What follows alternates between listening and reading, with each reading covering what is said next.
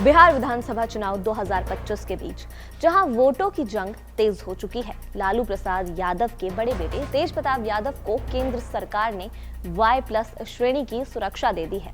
यह सिर्फ सुरक्षा का मामला नहीं है, बल्कि ये भाई भाई के बीच की दरार को और गहरा करने वाली लग रही है। तेज प्रताप, जो अपनी नई पार्टी जनशक्ति जनता दल से मुहैया सीट पर लड़ रहे हैं, उन्होंने खुद कहा था कि बिहार के हालात इतने खराब हैं कि कहीं भी हमला हो सकता है। उनकी इस मांग पर गृह मंत्रालय ने कार्रवाई की और अब CRPF के जवान उनकी ढाल बनेंगे। लेकिन सवाल ये है कि क्या ये सुरक्षा तेज प्रताप के लिए राहत है या उनके छोटे भाई तेजस्वी के लिए नई मुश्किल? क्या तेज प्रताप की ये नई ताकत जो बीजेपी की नजदीकी से आ रही है, लग रही है तेजस्वी के मुख्यमंत्री बनने के सपने में सबसे बड़ी रुकावट बन जाएगी?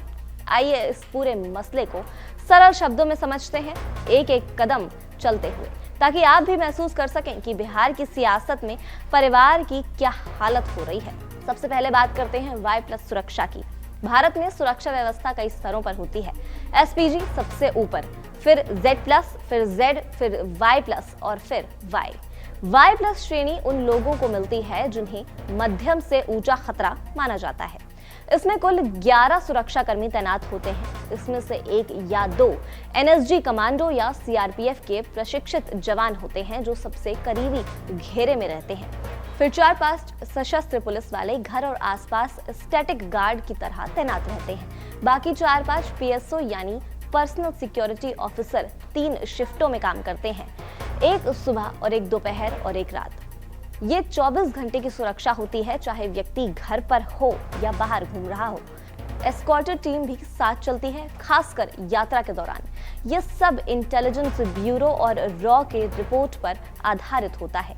तेज प्रताप के मामले में हाल ही में सुरक्षा एजेंसियों ने एक रिपोर्ट दी थी, जिसमें उनके खतरे का आंकलन किया गया था। इसके बाद केंद्रीय गृह मंत्रालय ने ये फैसला लिया। तेज प्रताप ने खुद कहा था कि बिहार में हालात अनिश्चित हैं, कब कहां हमला हो जाए कुछ कहा नहीं जा सकता है। चुनावी माहौल में प्रचार करते हुए उन्हें धमकियां मिल रही थीं और परिवार से अलग होने के बाद उनकी स्थिति और भी ज्यादा नाजुक हो गई थी। अब CRPF की टीम उनकी जिम्मेदारी संभालेगी, जो केंद्र सरकार के अधीन है। इसका मतलब यह है कि तेज प्रताप अब ज्यादा सुरक्षित महसूस करेंगे। वे बिना डर के प्रचार कर सकेंगे, अपनी पार्टी के लिए वोट मांग सकेंगे। लेकिन क्या होगा इसका? देखिए, ये सुरक्षा न सिर्फ उनकी जान बचाएगी, बल्कि राजनीतिक रूप से उन्हें मजबूत भी बनाएगी। चुनाव के दौरान कोई हादसा होने पर सहानुभूति मिल सकती है और उनकी आवाज को और ताकत मिल सकती है।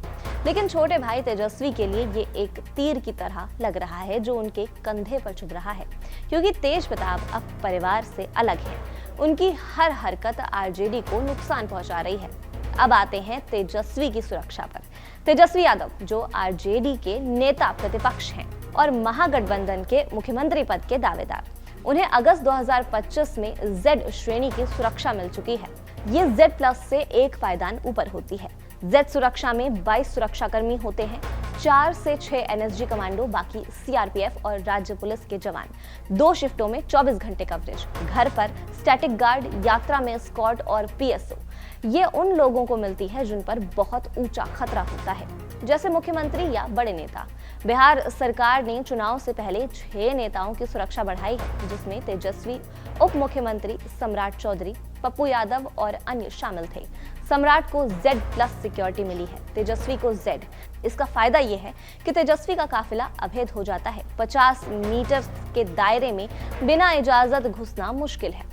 चुनावी सभाओं से लेकर घर तक हर जगह घेरा। लेकिन भाई की Y+ सुरक्षा से तुलना करें तो तेजस्वी की ज्यादा मजबूत लगती है। फिर भी राजनीतिक खतरा अलग है। तेज प्रताप की सुरक्षा केंद्र से मिली है, जो बीजेपी सरकार की है। इससे सवाल उठता है कि क्या केंद्र तेज प्रताप को सपोर्ट कर रहा है ताकि वे RJD को कमजोर करें? तेजस्वी के लिए ये मुश्किल है, क्योंकि परिवार का बड़ा बेटा ही अब विपक्षी ताकत बन रहा है। यादव परिवार की ये कहानी पुरानी है, लेकिन चुनाव ने इसे नया रंग दे दिया है। तेज प्रताप ने कहा कि उनकी पार्टी चुनाव के बाद बड़ी ताकत बनेगी। उन्होंने पलायन रोकने का वादा किया। कहा कि आरजेडी के समय 1 करोड़ लोग बिहार छोड़ गए, लेकिन अब कमी आई है। अगर उनकी सरकार बनी तो कोई बिहारी बाहर नहीं जाएगा। रोजगार पर भी तंज कसा। 12 अक्टूबर 2025 को पटना में पत्रकारों से कहा, रोजगार सबका हक है, लेकिन पहले सरकार बनाओ। वादे आसमान पर हैं, पूरा करना नामुमकिन। मुस्कुराते हुए तेजस्वी के वादों पर चोट की, फिर कहा कि कभी आरजेडी में नहीं लौटूंगा। ये बयान परिवार के दरार को साफ दिखाता है। तेज प्रताप ने तेजस्वी को बच्चा तक कह दिया, राहुल गांधी को रसोइया बताया। अब सबसे बड़ा सवाल, बीजेपी से तेज प्रताप की नजदीकी। ये कोई अफवाह नहीं है, बल्कि हालिया घटनाओं पर आधारित है। 2 बार पटना एयरपोर्ट पर बीजेपी सांसद रवि किशन के साथ देखे गए हैं। पहली बार कयास लगाए गए, दूसरी बार और तेज। रवि किशन ने तारीफ की, कहा कि तेज प्रताप अच्छा काम कर रहे हैं। सवाल उठा, क्या ये बीजेपी में शामिल होने जा रहे हैं? तेज प्रताप ने चुनाव के बाद गठबंधन का प्लान बनाया, लेकिन नाम नहीं लिया। कहा कि बिहार की जनता का मूड तो समय बताएगा, 14 नवंबर को नतीजे आएंगे, तब तय होगा। लेकिन राजनीतिक जानकार कहते हैं कि बीजेपी तेज प्रताप को इस्तेमाल कर रही है।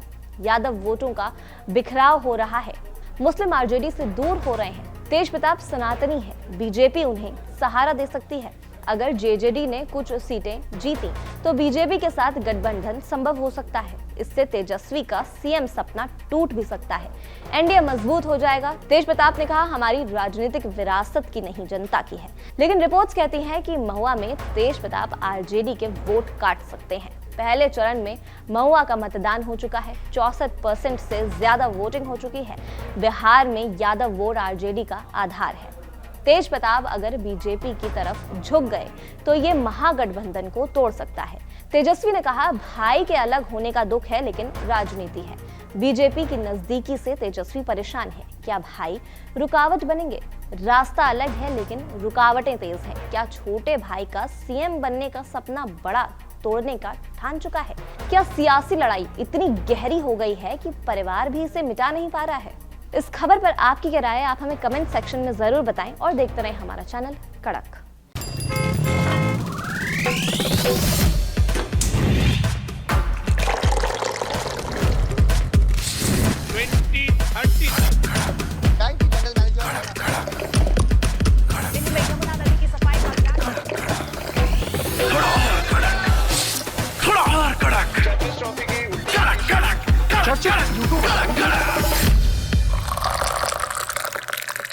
ये कड़क है।